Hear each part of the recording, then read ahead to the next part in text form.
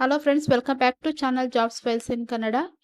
ಇವತ್ತಿನ ವಿಡಿಯೋದಲ್ಲಿ ಬೆಳಗಾವಿ ಜಿಲ್ಲಾ ಕೇಂದ್ರ ಸಹಕಾರಿ ಬ್ಯಾಂಕ್ ಏನಿದೆ ಇಲ್ಲಿರುವಂತಹ ದ್ವಿತೀಯ ದರ್ಜೆ ಸಹಾಯಕರು ಮತ್ತು ಜವಾನರ ಹುದ್ದೆ ಬಗ್ಗೆ ಈ ವಿಡಿಯೋದಲ್ಲಿ ಮಾಹಿತಿಯನ್ನು ತಿಳಿಸ್ಕೊಡ್ತೀನಿ. ಅದಕ್ಕಿಂತ ಮೊದಲು ಯಾರೆಲ್ಲ ನನ್ನ ಚಾನಲ್ನ ಸಬ್ಸ್ಕ್ರೈಬ್ ಮಾಡ್ಕೊಡ್ಲಿಲ್ವೋ ಸಬ್ಸ್ಕ್ರೈಬ್ ಮಾಡ್ಕೊಳ್ಳಿ ಮತ್ತು ಪಕ್ಕದಲ್ಲಿರುವಂತಹ ಬೆಲ್ ಐಕಾನ್ ಏನಿದೆ ಇದರ ಮೇಲೆ ಕ್ಲಿಕ್ ಮಾಡಿ. ಇದರಿಂದ ನಾನು ಅಪ್ಡೇಟ್ ಮಾಡುವಂಥ ಜಾಬ್ನ ನೋಟಿಫಿಕೇಶನ್ ಮೊದಲು ನಿಮಗೆ ತಲುಪುತ್ತೆ ಅಂತ ಹೇಳ್ತಾ, ದಿ ಬೆಳಗಾವಿ ಜಿಲ್ಲಾ ಕೇಂದ್ರ ಸಹಕಾರ ಬ್ಯಾಂಕ್ ನಿಯಮಿತ ಬೆಳಗಾವಿ, ಇಲ್ಲಿ ನೇರ ನೇಮಕಾತಿ ಪ್ರಕಟಣೆ ಕೊಟ್ಟಿದ್ದಾರೆ. ಬೆಳಗಾವಿ ಜಿಲ್ಲಾ ಕೇಂದ್ರ ಸಹಕಾರಿ ಬ್ಯಾಂಕ್ ನಿಯಮಿತ ಬೆಳಗಾವಿ, ಇದರಲ್ಲಿ ಖಾಲಿ ಇರುವ ವಿವಿಧ ವೃಂದಗಳಲ್ಲಿನ ಒಟ್ಟು 104 ಹುದ್ದೆಗಳ ನೇರ ನೇಮಕಾತಿಗಾಗಿ ಅರ್ಹ ಅಭ್ಯರ್ಥಿಗಳಿಂದ ಅರ್ಜಿಗಳನ್ನು ಆನ್ಲೈನ್ ಮುಖಾಂತರ ಆಹ್ವಾನಿಸಲಾಗಿದೆ. ಇಲ್ಲಿ ನೋಡ್ಬೋದು, ನೇರ ನೇಮಕಾತಿಗೆ ಪ್ರಕಟಣೆ ಹೊರಡಿಸಿರುವ ಹುದ್ದೆಗಳ ಸಂಖ್ಯೆ, ಮೀಸಲಾತಿ, ವಿದ್ಯಾರ್ಹತೆ, ವಯೋಮಿತಿ, ಆಯ್ಕೆ ವಿಧಾನ, ಸಲ್ಲಿಸಬೇಕಾದ ದಾಖಲಾತಿಗಳು, ಅರ್ಜಿ ಸಲ್ಲಿಸುವ ವಿಧಾನ ಹಾಗೂ ಅರ್ಜಿ ಶುಲ್ಕ ಇತ್ಯಾದಿ ವಿವರಗಳು ಈ ಕೆಳಕಂಡ ಇರುತ್ತದೆ. ಅರ್ಜಿಗಳನ್ನು ಖುದ್ದಾಗಿ ಸಲ್ಲಿಸಲು ಅಥವಾ ಕೊರಿಯರ್ ಅಥವಾ ಅಂಚೆ ಮೂಲಕ ಕಳಿಸಿಕೊಡಲು ಯಾವುದೇ ಅವಕಾಶ ಇರುವುದಿಲ್ಲ ಅಂತ ತಿಳಿಸಿದ್ದಾರೆ. ದ್ವಿತೀಯ ದರ್ಜೆ ಗುಮಾಸ್ತರು, ಇನ್ನು ವೇತನ ಶ್ರೇಣಿ ನೋಡೋದಾದ್ರೆ 53,150 ವೇತನ ಪ್ರಾರಂಭ ಆಗುತ್ತೆ. ಒಟ್ಟು ಹುದ್ದೆಗಳು 83 ಹುದ್ದೆ ಖಾಲಿ ಇದೆ. ಇನ್ನು ಇಲ್ಲಿ ಮೀಸಲಾತಿ ಕೊಟ್ಟಿದ್ದಾರೆ. ಪರಿಶಿಷ್ಟ ಜಾತಿಯವರಿಗೆ 12 ಹುದ್ದೆ ಖಾಲಿ ಇದೆ. ಪರಿಶಿಷ್ಟ ಪಂಗಡದವರಿಗೆ 3 ಹುದ್ದೆ ಖಾಲಿ ಇದೆ. ಪ್ರವರ್ಗ 1 ಅವರಿಗೆ 4 ಇದೆ. ಇನ್ನು 2A ಅವರಿಗೆ 12 ಇದೆ. 2B ಅವರಿಗೆ 3 ಹುದ್ದೆ ಖಾಲಿ ಇದೆ. ಪ್ರವರ್ಗ 3A ಅವರಿಗೆ 3 ಇದೆ. ಇನ್ನು 3B ಅವರಿಗೆ 4 ಹುದ್ದೆ ಖಾಲಿ ಇರುವಂಥದ್ದು. ಇನ್ನು ಸಾಮಾನ್ಯ ವರ್ಗದವರಿಗೆ 42 ಹುದ್ದೆ ಖಾಲಿ ಇದೆ. ಒಟ್ಟು 83 ಹುದ್ದೆಗಳು ಖಾಲಿ ಇದೆ. ಇನ್ನು ಕನಿಷ್ಠ ವಿದ್ಯಾರ್ಹತೆ ನೋಡೋದಾದ್ರೆ, ಅಭ್ಯರ್ಥಿಯು ಭಾರತದಲ್ಲಿನ ಕಾನೂನು ರೀತಿಯ ಸ್ಥಾಪಿತವಾದ ಮಾನ್ಯತೆ ಪಡೆದ ಅಂಗೀಕೃತ ವಿಶ್ವವಿದ್ಯಾಲಯದಿಂದ BA, BSc, BCom ಪದವಿ ಅರ್ಹತೆಯನ್ನು ಹೊಂದಿರತಕ್ಕದ್ದು. ಇನ್ನು ಬಂದೂಕುದಾರಿ ಗನ್ಮ್ಯಾನ್, ವೇತನ ಶ್ರೇಣಿ 47,650 ಪ್ರಾರಂಭವಾಗುತ್ತೆ. ಒಟ್ಟು 1 ಹುದ್ದೆ ಖಾಲಿ ಇದೆ, ಅದು ಸಾಮಾನ್ಯ ವರ್ಗದವರಿಗೆ. ಇನ್ನು ವಿದ್ಯಾರ್ಹತೆ ನೋಡೋದಾದ್ರೆ, SSLC ಅಂದ್ರೆ 10ನೇ ತರಗತಿ ಅಥವಾ ತತ್ಸಮಾನ ಪರೀಕ್ಷೆಯಲ್ಲಿ ತೇರ್ಗಡೆ ಹೊಂದಿರತಕ್ಕದ್ದು. ಜೊತೆಗೆ ಭಾರತೀಯ ಸಶಸ್ತ್ರ ಪಡೆಗಳಿಂದ ನಿವೃತ್ತರಾದ ಮಾಜಿ ಸೈನಿಕರಾಗಿರತಕ್ಕದ್ದು ಮತ್ತು ಚಾಲ್ತಿಯಲ್ಲಿರುವ ಬಂದೂಕು ಪರವಾನಗಿ ವ್ಯಾಲಿಡ್ ಆರ್ಮ್ ಲೈಸೆನ್ಸ್ ಹೊಂದಿರತಕ್ಕದ್ದು ಅಂತ ಹೇಳಿದ್ದಾರೆ. ಇನ್ನು ಸಿಪಾಯಿ ಪಿಯೋನು ಪೋಸ್ಟ್ ನೋಡೋದಾದ್ರೆ, ವೇತನ ಶ್ರೇಣಿ 42,650 ಪ್ರಾರಂಭವಾಗುತ್ತೆ. ಒಟ್ಟು 20 ಹುದ್ದೆಗಳು ಖಾಲಿ ಇದೆ. ಅದರಲ್ಲಿ ಪರಿಶಿಷ್ಟ ಜಾತಿ 3 ಹುದ್ದೆ ಖಾಲಿ ಇದೆ. ಪರಿಶಿಷ್ಟ ಪಂಗಡ 1 ಹುದ್ದೆ ಖಾಲಿ ಇದೆ. ಇನ್ನು ಪ್ರವರ್ಗ 1 ಹುದ್ದೆ ಖಾಲಿ ಇದೆ. ಪ್ರವರ್ಗ 2A 3 ಹುದ್ದೆ ಖಾಲಿ ಇದೆ. 2B 1 ಹುದ್ದೆ ಖಾಲಿ ಇದೆ. 3A 1 ಹುದ್ದೆ ಖಾಲಿ ಇದೆ. 3B 1 ಹುದ್ದೆ ಖಾಲಿ ಇದೆ. ಇನ್ನು ಸಾಮಾನ್ಯ ವರ್ಗ 9 ಹುದ್ದೆ ಖಾಲಿ ಇದೆ. ಒಟ್ಟು 20 ಹುದ್ದೆ ಖಾಲಿ ಇರುವಂತಹದ್ದು.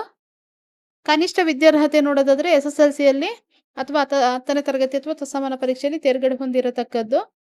ಇನ್ನು ಸಾಮಾನ್ಯ ಸೂಚನೆಗಳನ್ನು ಕೊಟ್ಟಿದ್ದಾರೆ. ಮೇಲಿನ ಹುದ್ದೆಗಳಲ್ಲಿ ಸಿಪಾಯಿ ಮತ್ತು ಗನ್ಮ್ಯಾನ್ ಹುದ್ದೆಗಳನ್ನು ಹೊರತುಪಡಿಸಿ ದ್ವಿತೀಯ ದರ್ಜೆ ಗುಮಾಸ್ತರ ಹುದ್ದೆಗಳ ನೇಮಕಾತಿಗೆ ಅಭ್ಯರ್ಥಿಗಳು ಕಂಪ್ಯೂಟರ್ ಆಪರೇಷನ್ ಮತ್ತು ಅಪ್ಲಿಕೇಶನ್ ಜ್ಞಾನವನ್ನು ಕಡ್ಡಾಯವಾಗಿ ಹೊಂದಿರತಕ್ಕದ್ದು. ಪರಂತು ಪದವಿಯಲ್ಲಿ ಕನಿಷ್ಠ 1 ಕೋರ್ಸ್ ಕಂಪ್ಯೂಟರ್ ವಿಷಯ ಅಧ್ಯಯನ ಮಾಡಿದ್ದಲ್ಲಿ ಕಂಪ್ಯೂಟರ್ ಸರ್ಟಿಫಿಕೇಟ್ ಸಲ್ಲಿಸಲು ವಿನಾಯಿತಿ ನೀಡಲಾಗುವುದು ಅಂತ ಹೇಳಿದ್ದಾರೆ. ಇನ್ನು ಬ್ಯಾಂಕಿನಲ್ಲಿ ಖಾಲಿ ಇರುವ ಮೇಲಿನ ಹುದ್ದೆಗಳಿಗೆ ಅರ್ಜಿ ಸಲ್ಲಿಸುವ ಸಂಬಂಧ ನೇಮಕಾತಿ ಪ್ರಕ್ರಿಯೆಯ ಪೂರ್ಣ ವಿವರಗಳನ್ನು ಅವ್ರ ವೆಬ್ಸೈಟ್ ಲಿಂಕ್ ಏನಿದೆ ಇಲ್ಲಿ ಕೊಟ್ಟಿದ್ದಾರೆ, ಅದನ್ನು ಡಿಸ್ಕ್ರಿಪ್ಷನ್ ಅಲ್ಲಿ ಕೊಟ್ಟಿರ್ತೀನಿ. ಲಭ್ಯವಿದ್ದು ಅಭ್ಯರ್ಥಿಗಳು ಕಡ್ಡಾಯವಾಗಿ ತಕ್ಷಣಿಕ ಸೇವೆಯ ಮೂಲಕವೇ ಅರ್ಜಿ ಸಲ್ಲಿಸತಕ್ಕದ್ದು, ಅಂದ್ರೆ ಆನ್ಲೈನ್ ಮೂಲಕನೇ ಅರ್ಜಿ ಸಲ್ಲಿಸಬೇಕು ಅಂತ ಹೇಳಿದ್ದಾರೆ. ಇನ್ನು ಅಭ್ಯರ್ಥಿಗಳು 1 ಹುದ್ದೆಗೆ ಒಂದೇ ಅರ್ಜಿ ಸಲ್ಲಿಸತಕ್ಕದ್ದು. ಒಂದೇ ಹುದ್ದೆಗೆ ಒಂದಕ್ಕಿಂತ ಹೆಚ್ಚು ಅರ್ಜಿಗಳನ್ನು ಸಲ್ಲಿಸಿದ್ದಲ್ಲಿ ಮೊದಲು ಸಲ್ಲಿಸಿದ ಅರ್ಜಿಯನ್ನು ಮಾತ್ರ ಮಾನ್ಯ ಮಾಡಲಾಗುವುದು ಅಂತ ಹೇಳಿದ್ದಾರೆ. ಇನ್ನು ಒಂದಕ್ಕಿಂತ ಹೆಚ್ಚಿನ ವೃಂದದ ಹುದ್ದೆಗಳಿಗೆ ಅರ್ಜಿ ಸಲ್ಲಿಸಲು ಇಚ್ಛಿಸಿದಲ್ಲಿ ಅಂತಹ ಅಭ್ಯರ್ಥಿಗಳು ಒಂದೇ ನೋಂದಣಿ ಸಂಖ್ಯೆಯಡಿಯಲ್ಲಿಯೇ ಪ್ರತಿ ಹುದ್ದೆಗೆ ಪ್ರತ್ಯೇಕವಾಗಿ ಅರ್ಜಿ ಶುಲ್ಕವನ್ನು ಪಾವತಿಸಿ ಪ್ರತ್ಯೇಕ ಅರ್ಜಿ ಸಲ್ಲಿಸತಕ್ಕದ್ದು. ಇನ್ನು ನೇಮಕಾತಿ ಅರ್ಜಿಗಳನ್ನು ಖುದ್ದಾಗಿ ಅಂಚೆ ಕೊರಿಯರ್ ಮೂಲಕ ಸಲ್ಲಿಸಲು ಅವಕಾಶವಿರುವುದಿಲ್ಲ. ಅಂತಹ ಅರ್ಜಿಗಳನ್ನು ತಿರಸ್ಕರಿಸಲಾಗುವುದು ಅಂತ ತಿಳಿಸಿದ್ದಾರೆ. ಇನ್ನು ಅಭ್ಯರ್ಥಿಗಳು ಆನ್ಲೈನ್ ಮೂಲಕ ಅರ್ಜಿ ಸಲ್ಲಿಸುವಾಗ ಅಪೂರ್ಣ ಅಥವಾ ಅಸ್ಪಷ್ಟ ದಾಖಲೆಗಳನ್ನು ಅಥವಾ ಮಾಹಿತಿಯನ್ನು ನೀಡಿದ್ದಲ್ಲಿ ಅಂತಹ ಅರ್ಜಿಗಳನ್ನು ತಿರಸ್ಕರಿಸಲಾಗುವುದು ಅಂತ ಹೇಳಿದ್ದಾರೆ. ಹಾಗಾಗಿ ನೀವೇನು ಅಪ್ಲೋಡ್ ಮಾಡ್ತೀರಾ ಅದು ಸ್ಪಷ್ಟವಾಗಿ ಕಾಣುವಂತೆ ಅಪ್ಲೋಡ್ ಮಾಡಿ. ಇನ್ನು ನಿಗದಿತ ಶುಲ್ಕ ಸಂದಾಯ ಮಾಡದಿದ್ದಲ್ಲಿ ಅಂತಹ ಅರ್ಜಿಗಳನ್ನು ತಿರಸ್ಕರಿಸಲಾಗುವುದು ಅಂತ ಹೇಳಿದ್ದಾರೆ. ಪಾವತಿಸಿದಂತಹ ಶುಲ್ಕವನ್ನು ಯಾವುದೇ ಕಾರಣಕ್ಕೂ ಹಿಂದಿರುಗಿಸಲಾಗುವುದಿಲ್ಲ. ಇನ್ನು ಬ್ಯಾಂಕಿನ ನೇಮಕಾತಿ ಪ್ರಕಟಣೆಯಲ್ಲಿನ ಸೂಚನೆಗಳನ್ನು ಪೂರ್ಣವಾಗಿ ತಿಳಿಯದೆ ಅಭ್ಯರ್ಥಿಗಳು ತಪ್ಪೆಸಗಿದಲ್ಲಿ ಬ್ಯಾಂಕ್ ಜವಾಬ್ದಾರರಾಗಿರುವುದಿಲ್ಲ ಅಂತ ಹೇಳಿದ್ದಾರೆ. ಇನ್ನು ಅಭ್ಯರ್ಥಿಗಳು ಸಲ್ಲಿಸಿರುವ ಅರ್ಜಿಗಳ ತಿರಸ್ಕಾರ, ಪುರಸ್ಕಾರ ಕುರಿತು ಈ ಅಂತಿಮ ತೀರ್ಮಾನದ ಹಕ್ಕನ್ನು ಬ್ಯಾಂಕಿನ ನೇರ ನೇಮಕಾತಿ ಸಮಿತಿಯು ಹೊಂದಿರುತ್ತದೆ. ಇನ್ನು ಈ ನೇಮಕಾತಿ ಸಂಬಂಧ ಅಭ್ಯರ್ಥಿಗಳು ಸ್ಪಷ್ಟೀಕರಣ, ಪ್ರಶ್ನೋತ್ತರಗಳು, ತಕರಾರು ಇತ್ಯಾದಿಗಳಿಗೆ ಪತ್ರ, ಇಮೇಲ್, ದೂರವಾಣಿ ಮುಖಾಂತರ ವ್ಯವಹಾರಗಳಿಗೆ ಯಾವುದೇ ಅವಕಾಶ ಇರುವುದಿಲ್ಲ ಅಂತ ತಿಳಿಸಿದ್ದಾರೆ. ಅರ್ಜಿ ಶುಲ್ಕ ನೋಡೋದಾದ್ರೆ ಪರಿಶಿಷ್ಟ ಜಾತಿ, ಪರಿಶಿಷ್ಟ ಪಂಗಡ ಮತ್ತು ಪ್ರವರ್ಗ 1ರ ಅಭ್ಯರ್ಥಿಗಳು ಪಾವತಿಸಬೇಕಾದ ಶುಲ್ಕ ಅರ್ಜಿ ಶುಲ್ಕ 500 ಇರುತ್ತೆ. ಬ್ಯಾಂಕ್ ಗೇಟ್ವೇ ಶುಲ್ಕ ಪ್ರತ್ಯೇಕವಾಗಿರುತ್ತೆ. ಇನ್ನು ಇತರೆ ವರ್ಗದ ಅಭ್ಯರ್ಥಿಗಳು ಪಾವತಿಸಬೇಕಾದ ಶುಲ್ಕ 1000 ರೂಪಾಯಿ ಇರುತ್ತೆ ಮತ್ತು ಬ್ಯಾಂಕ್ ಗೇಟ್ವೇ ಶುಲ್ಕ ಪ್ರತ್ಯೇಕವಾಗಿರುತ್ತೆ. ಅರ್ಜಿ ಸಲ್ಲಿಸಲು ನಿಗದಿಪಡಿಸಿದ ಪ್ರಾರಂಭಿಕ ದಿನಾಂಕ 27/7/2026. ಇನ್ನು ಅರ್ಜಿ ಸಲ್ಲಿಸಲು ಕೊನೆಯ ದಿನಾಂಕ ಇದೇ ತಿಂಗಳು 27 ತಾರೀಕು ಲಾಸ್ಟ್ ಡೇಟ್ ಆಗಿರುತ್ತೆ. ಇನ್ನು ಅರ್ಜಿ ಶುಲ್ಕ ಪಾವತಿಸುವ ಕೊನೆಯ ದಿನಾಂಕ 27ನೇ ತಾರೀಕಿಗೆ ಲಾಸ್ಟ್ ಡೇಟು. ಇನ್ನು ಅರ್ಜಿಯನ್ನು ಭರ್ತಿ ಮಾಡಲು ನಿಗದಿಪಡಿಸಿದ ಕೊನೆಯ ದಿನಾಂಕದೊಳಗೆ ನೇಮಕಾತಿ ಪ್ರಕಟಣೆಯಲ್ಲಿ ಆಯಾ ಹುದ್ದೆಗಳ ಕೆಳಗೆ ಸೂಚಿಸಿರುವ ಕನಿಷ್ಠ ವಿದ್ಯಾರ್ಹತೆಯನ್ನು ಅಭ್ಯರ್ಥಿಗಳು ಕಡ್ಡಾಯವಾಗಿ ಹೊಂದಿರಲೇಬೇಕು. ಬ್ಯಾಂಕಿನ ಅನುಮೋದಿತ ವೃಂದ ಮತ್ತು ನೇಮಕಾತಿ ಪ್ರಕಟಣೆಯಲ್ಲಿ ನಿಗದಿಪಡಿಸಿರುವ ವಿದ್ಯಾರ್ಹತೆಯನ್ನು ಹೊರತುಪಡಿಸಿ ಇತರೆ ಯಾವುದೇ ವಿದ್ಯಾರ್ಹತೆಯನ್ನು ಪರಿಗಣಿಸಲಾಗುವುದಿಲ್ಲ ಅಂತ ಹೇಳಿದ್ದಾರೆ. ಕನ್ನಡ ಭಾಷಾ ಜ್ಞಾನ, ಓದುವುದು, ಬರೆಯುವುದು, ಅರ್ಥೈಸಿಕೊಳ್ಳುವುದು ಮತ್ತು ಸ್ಪಷ್ಟವಾಗಿ ಮಾತನಾಡುವುದು ಕಡ್ಡಾಯವಾಗಿರುತ್ತದೆ.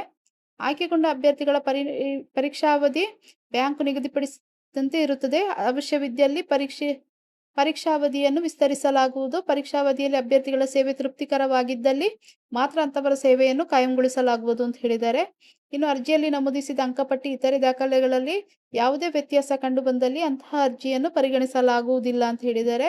ಇನ್ನು ಈ ನೇಮಕಾತಿ ಪ್ರಕಟಣೆ ಯಾವುದೇ ಕಾರಣ ನೀಡದೆ ಯಾವುದೇ ಹಂತದಲ್ಲಿ ಹಿಂದಕ್ಕೆ ಪಡೆಯುವ ಅಥವಾ ರದ್ದುಪಡಿಸುವ ಅಧಿಕಾರವನ್ನು ಬ್ಯಾಂಕ್ ಹೊಂದಿರುತ್ತದೆ. ಅಭ್ಯರ್ಥಿಗಳು ಆಯ್ಕೆಯಾದ ನಂತರ ಸಲ್ಲಿಸಿರುವ ದಾಖಲೆಗಳ ನೈಜತೆಗೆ ಸಂಬಂಧಪಟ್ಟ ಸಂಸ್ಥೆ, ಪ್ರಾಧಿಕಾರ, ವಿಶ್ವವಿದ್ಯಾಲಯಗಳಿಂದ ದೃಢೀಕರಿಸುವ ಹಕ್ಕನ್ನು ಬ್ಯಾಂಕ್ ಕಾಯ್ದಿರಿಸಿಕೊಂಡಿದೆ ಅಂತ ಹೇಳಿದ್ದಾರೆ. ಲಿಖಿತ ಪರೀಕ್ಷೆ ಪತ್ರ.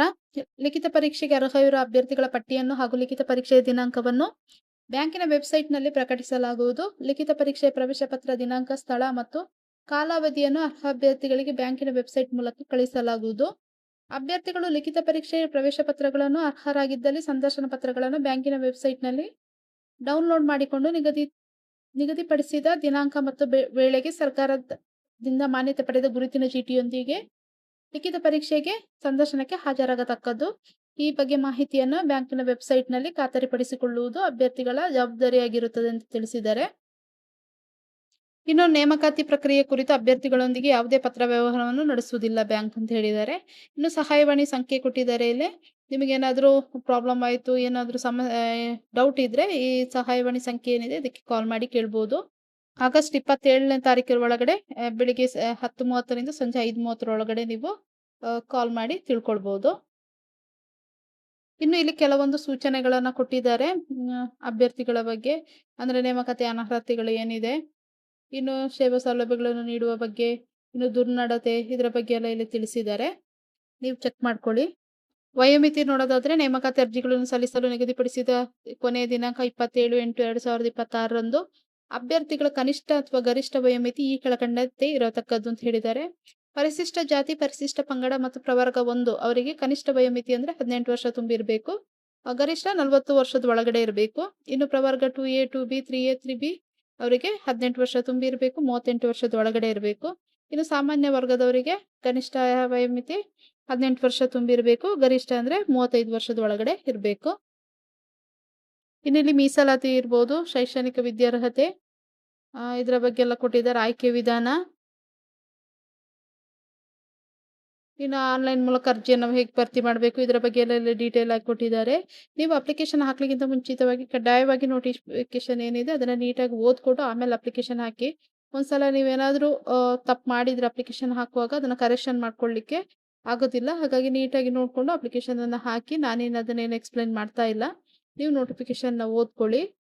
ಇವತ್ತಿನ ವಿಡಿಯೋದಲ್ಲಿ ನಾನು ಬೆಳಗಾವಿ ಜಿಲ್ಲಾ ಕೇಂದ್ರ ಸಹಕಾರಿ ಬ್ಯಾಂಕ್ ಏನಿದೆ ಇಲ್ಲಿರುವಂತಹ ಪಿಯೂನ್ ಹುದ್ದೆ ಇರ್ಬೋದು, ಅಥವಾ ದ್ವಿತೀಯ ದರ್ಜೆ ಗುಮಾಸ್ತ ಹುದ್ದೆ ಇರ್ಬೋದು, ಅಥವಾ ಗನ್ ಮ್ಯಾನ್ ಈ ಹುದ್ದೆ ಬಗ್ಗೆ ಸಂಪೂರ್ಣವಾದ ಮಾಹಿತಿಯನ್ನು ಈ ವಿಡಿಯೋದಲ್ಲಿ ತಿಳಿಸ್ಕೊಟ್ಟಿದ್ದೀನಿ.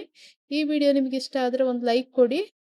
ಹಾಗೆ ಯಾರಿಗೆ ಜಾಬ್ನ ಅವಶ್ಯಕತೆ ಇದೆಯೋ ಅವರೊಂದಿಗೆ ಈ ವಿಡಿಯೋನ ಶೇರ್ ಮಾಡ್ಕೊಳ್ಳಿ ಅಂತ ಹೇಳ್ತಾ, ಹಾಗೆ ಸಬ್ಸ್ಕ್ರೈಬ್ ಮಾಡ್ಕೊಳ್ಳೋದನ್ನು ಮರಿಬೇಡಿ ಅಂತ ಹೇಳ್ತಾ, ಥ್ಯಾಂಕ್ ಯು ಫಾರ್ ವಾಚಿಂಗ್.